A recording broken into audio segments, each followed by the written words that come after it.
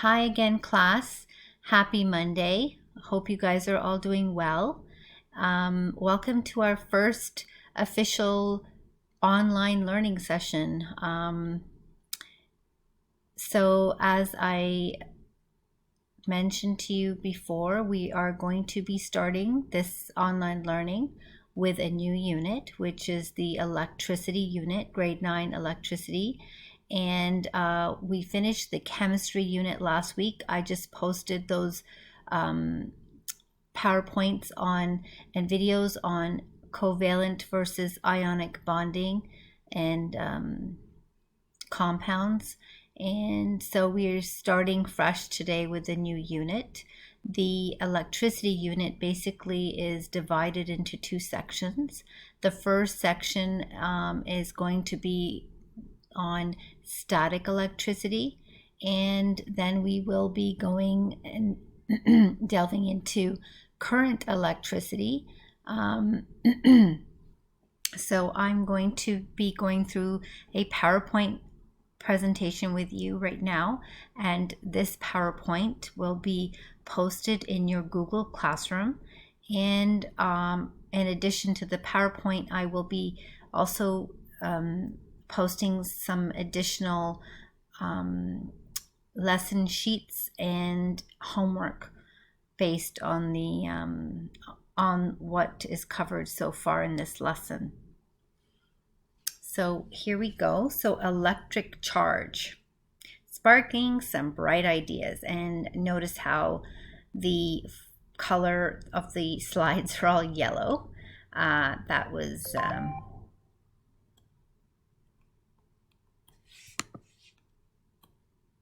So the key question, what is charge and how is it determined? So what we're going to be learning is we're going to be learning about the structure of the atom and how it affects charge. We're going to be identifying the laws of electric charges, defining electric force and describing how electric force works, and describing the concept of electric fields in this PowerPoint presentation. These are some key terms that I would like you to make sure that you understand by the end of the unit, but you're going to be seeing these throughout the static electricity section of the unit.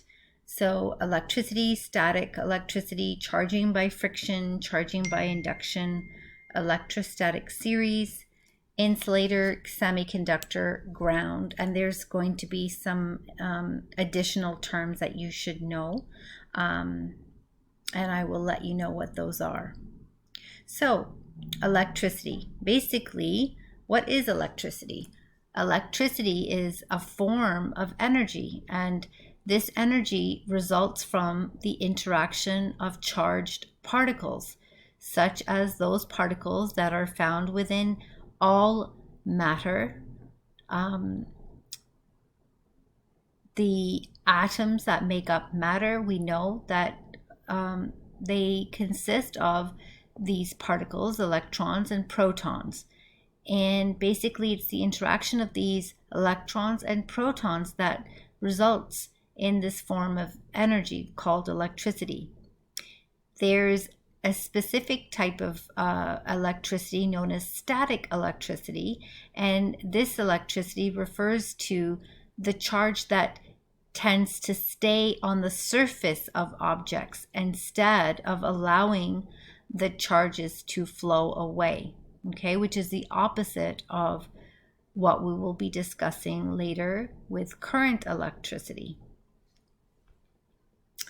So you remember the structure of the atom. We know that the center, the nucleus of the atom, is what contains the positively charged protons, the neutrally charged, or the neutrons that have no charge. And then the outside of that nucleus, we know that there are electrons that are orbiting. They're moving around, whizzing around that nucleus, and they are kept within that orbit because of the force of attraction between those between the protons and the electrons. And all matter is made up of these atoms, and this is what allows for the types of electricity, because of the fact that the atom is made up of these charged particles. So atoms have a nucleus that contains the protons and neutrons. The electrons orbit the nucleus, and basically they can travel relatively far from the nucleus and still be held on by that atom. Protons have positive charge, neutrons again have a neutral charge, and electrons have a negative charge. So objects that conduct electricity, such as metals, so the metals, for example, that make up the wires that we use to plug in electrical devices, they are made up of atoms with freely moving electrons that basically move or flow back and forth. They do not stay in one position. This is for objects or materials that are able to conduct electricity. So they are allowing those electrons to move freely within from atom to atom. In non-conducting substances, so those substances like, for example, plastics and wood, the electrons tend to stay around the individual atoms, and they do not flow from one atom to another. They like to stay within the atom. And this diagram over here is an example of a boy touching a Van de Graaff generator, and I'm sure a lot of you know what that is. You've seen it at the Science Center, and it basically allows for the production of static electricity, and you will basically learn what that is more specifically later. So determining charge. Electric charge results from the transfer of electrons from one object to another. So basically,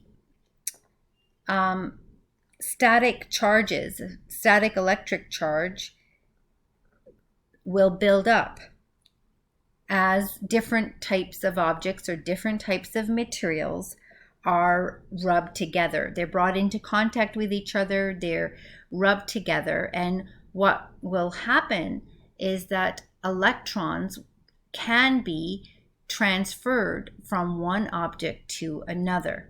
So an object with more electrons than protons becomes negatively charged. An object with less electrons than protons will become positively charged. And when you have a neutral substance, you have an equal amount of protons and electrons, and this results in a neutral charge. So, for example, when you bring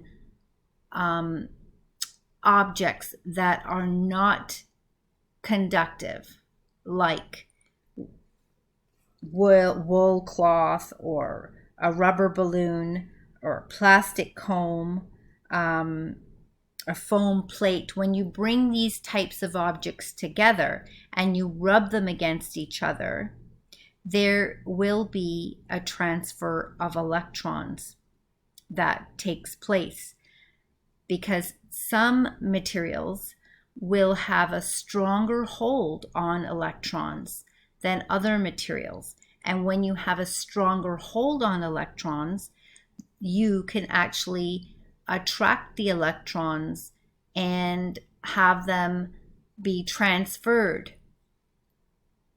So when you have this, this is known as charging by friction, by the way. And when you have the two objects that are rubbed against each other, the material that has a stronger attraction to electrons pulls the electrons off the material that has a weaker attraction for the electrons. And so both of those materials become charged. One becomes positively charged and the other becomes negatively charged. And because you have oppositely charged materials now, they will actually be attracted to one another.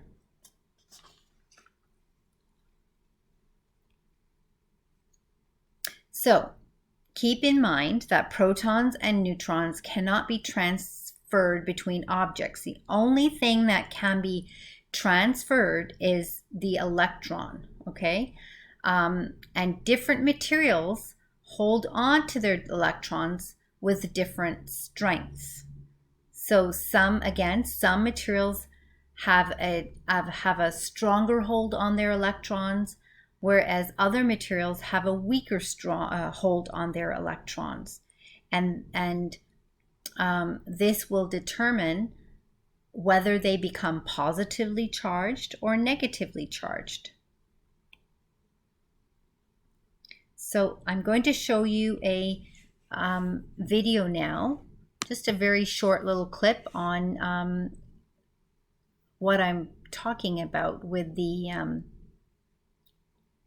static charge. Oh, hi. Rub a balloon on your hair and bring it near another balloon hanging by a string. There's an invisible field pushing the two balloons apart. When you rub the balloon on your hair, you're transferring electrons from your hair onto the surface of the balloon. Now, the balloon's made of rubber. Electrons don't flow through it the way they do through a metal wire. Instead, they stay on the surface of the rubber. We use the word static electricity, which means electricity that stays. Now, different materials have different properties. Here's a stiff rubber rod and a piece of fur. It's like rubbing a rubber balloon on my hair. It also will push the balloon away. But watch what happens when I use the same piece of fur and this glass rod. It pulls the balloon toward it. So in the first case, we say they have like charges, like static charges, so they repel. In this case, they have opposite static charges, so they attract. You can try different materials and different experiments. Here's some rubber making scraps of paper jump around. It's fun. Or you can try two at once. Here's a repelling rod and an attracting rod. Repelling, attracting, repelling, attracting. I'm experimenting.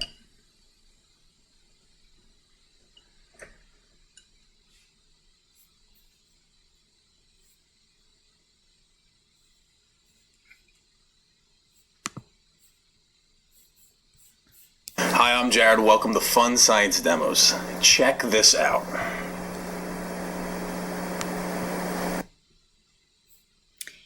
Sorry.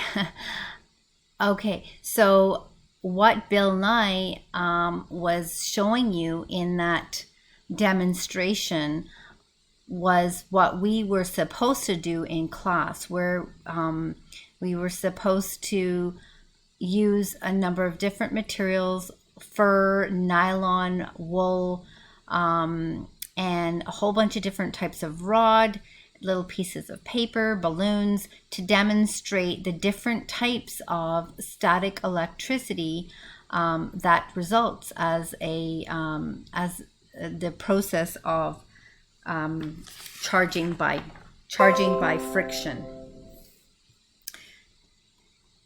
But unfortunately, I'm going to have to show you using YouTube videos instead of doing it in class. So as Bill Nye mentioned, there is what is known as the law of electric charges, okay, or also the law of electrostatics. So there are 3 laws, and the first law, you've heard these laws before probably, but the first law states that like charges repel. So when you bring two objects that have the same type of charge, they will repel each other. So when you have 2 positively charged objects, when you bring them together, they will repel each other. When you have 2 negatively charged objects brought close to each other, they will push each other apart as well. They will repel each other. The second law is that opposite charges attract. So when you have a positively charged object brought close to a negatively charged object, there is going to be an attraction and they will be pulled toward each other. And the third law states that charged and neutral objects attract each other. So you have a positively charged object and you bring it close to a neutral object, basically an object that has no charge. These 2 objects will be attracted towards each other and they will pull towards each other. When you have a negatively charged object brought close to a neutral object, again, you will have the attraction between those 2 objects, okay? So these laws that were just mentioned is based on what we know is the idea of electric force. The fact that there is a force of attraction or repulsion between charged objects, even though we cannot see it, there is a force. And the strength of the electric force is different, and it's based on 2 factors. The first factor being the distance between those particles, okay? So the shorter the distance between charged particles, the stronger the force. When you move those particles further apart, that force of attraction, or the electric force of attraction, becomes weaker. So smaller charge equals weaker force. Greater charge equals stronger force. The second factor is basically the size of the charge. So the smaller charge, again, is equal to weaker force. The greater charge is equal to a stronger force. And an electric field, so you have, this is a positively charged object, a negatively charged object. And this area around those objects is known as its electric field, which is basically the region around a charged particle or object where the effect of its charge can be felt by other objects. Electric fields are determined by the strength, of an electric field is determined by the size of the charge and also by the distance from the charged particle.